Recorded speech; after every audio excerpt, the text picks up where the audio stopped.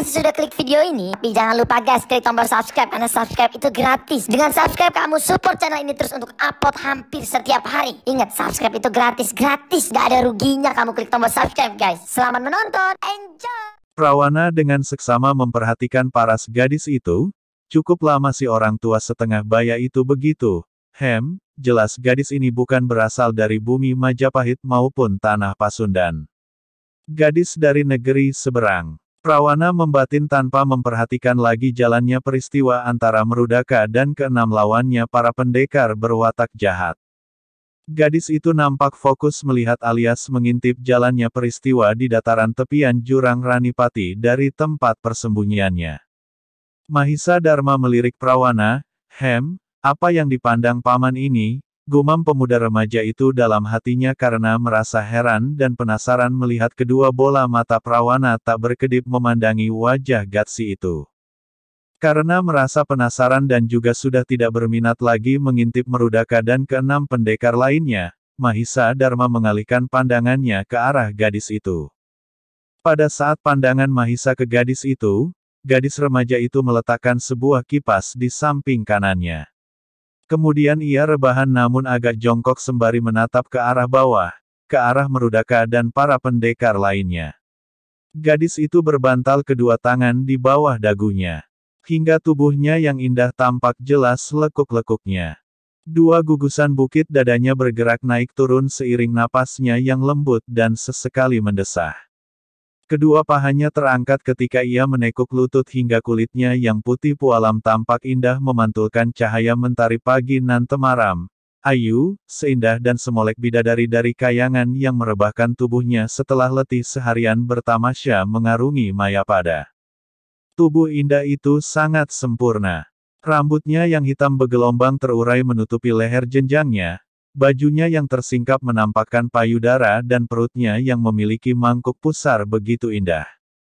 Dara jelita itu tersenyum sendirian menikmati tontonan para pendekar pilih tanding di bawah sana. Dia mengurai kedua tangannya dari dagu. Lalu meraba kedua pipi yang montok, ke dagu yang indah bagai lebah menggantung, terus merayap ke lehernya yang jenjang, kemudian ke gundukan bukit dadanya yang padat berisi. Ia sepertinya terganggu oleh semut yang melakukan ekspansi ke tubuhnya, mendesah penuh kesal. Lalu kedua tangan halus itu merayap ke perutnya dan akhirnya memeluk kedua lututnya setelah mengubah posisi rebahan menjadi duduk di atas rerumputan. Kemudian ia menyelonjorkan kedua kakinya. Memiringkan tubuhnya hingga terdengar derit sendi tulangnya berbunyi. Tiba-tiba dari bibirnya yang mungil berwarna merah jambu terdengar sebuah kalimat tanya penuh kasih cinta, merdu menyayat kalbu, apa yang kalian lihat? Kedua biji mata kalian sungguh menjijikan. Dasar mesum. Prawana terkejut namun yang lebih terkejut lagi adalah Mahisa Dharma. Ada rasa bersalah hingga dalam diri Mahisa Dharma yang sifatnya memang sensitif.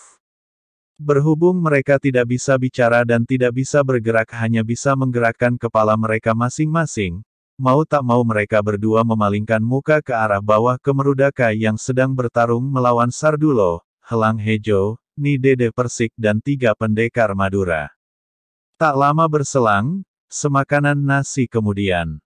Kita harus mengikuti kakek itu, seru gadis melihat Merudaka yang terluka dibawa pergi oleh seorang kakek yang muncul menolongnya. Mahisa Dharma dan Prawana serentak mengangguk-anggukkan kepala mereka berdua tanda setuju.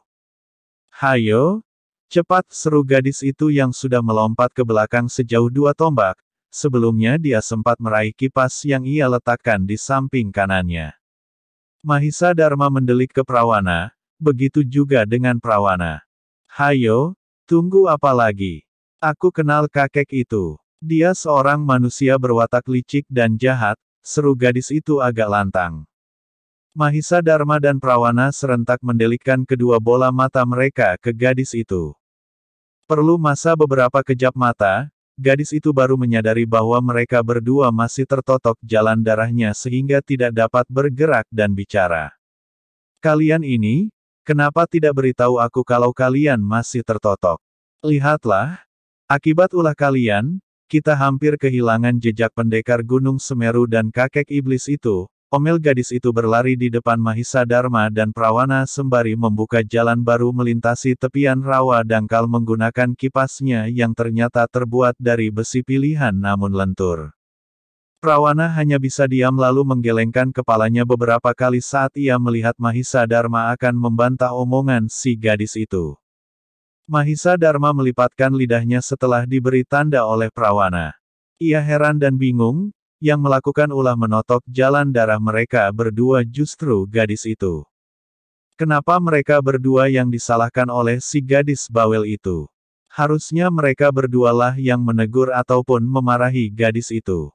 Karena gadis itulah, mereka berdua tidak bisa gerakkan tubuh maupun lidah mereka akibat totolan jalan darah dari nadi besar di tenggorokan dan pinggul mereka.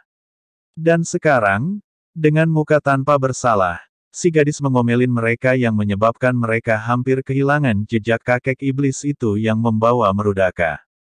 Mau tak mau, mereka berdua terima pasrah omelan dari si gadis yang sekarang mengajak mereka berdua mengejar kakek tua yang disebut sebagai kakek iblis oleh gadis remaja itu. Paman, aku sungguh tak mengerti, bisik Mahisa Dharma mengernyitkan keningnya. Sudahlah. Kita pasrahkan sahaja pada penguasa langit dan bumi, balas Prawana seenaknya. Tapi paman, lebih baik kita tinggalkan gadis siluman ini. Kita lanjutkan perjalanan ke ibu kota lama Majapahit. Lagian aku pikir, tidak ada faedahnya kita mengikutinya. Pendekar Gunung Semeru itu bukankah sudah ditolong oleh kakek tua sakti itu, bisik Mahisa tak terima. Kita ikutin maunya gadis ini. Apa benar kakek itu seorang yang berwatak jahat seperti yang dikatakannya? Aku penasaran. Dan juga bila kita tinggalkan gadis itu, nanti ada apa-apa pada gadis itu, kita akan sangat malu tidak bisa melindungi seorang gadis bau kencur macam itu, balas Prawana mencoba memberi semangat pada Mahisa Dharma yang pada dasarnya masih tidak mau mengalah terutama pada seorang wanita. Ah paman ini. Kita tidak kenal gadis siluman itu. Bisa saja dialah yang berwatak jahat. Lihat sahaja, tingkah lakunya mirip siluman hutan walaupun bentuknya mirip bidadari, sanggah Mahisa Dharma. Apa kau bilang? Seperti bidadari. Kamu bilang dia gadis siluman toh? Tanya Prawana mengoda pemuda tanggung yang sudah dianggap teman suka duka dalam perjalanan. Tak ia pungkiri, Mahisa Dharma juga ia anggap anak angkatnya. Ah paman ini, sikut kiri Mahisa Dharma menerjang dada kanan Prawana. Prawana membiarkan sahaja sikut itu menumbuk lembut dada kanannya yang bidang berotot. Prawana melirik ke samping kanannya.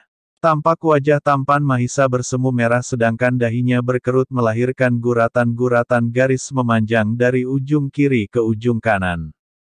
Bibir mengatup rapat agak mengerucut dan kedua bola matanya yang bening itu, diam terarah pada tubuh belakang si gadis. Anak ini tidak sadar telah menumpuk bara asmara, saat bara itu tersulut percikan api sang Dewi Bulan, jiwanya akan terbakar. Prawana membatin merasakan pesona gadis itu akan membuai pemuda di sampingnya itu.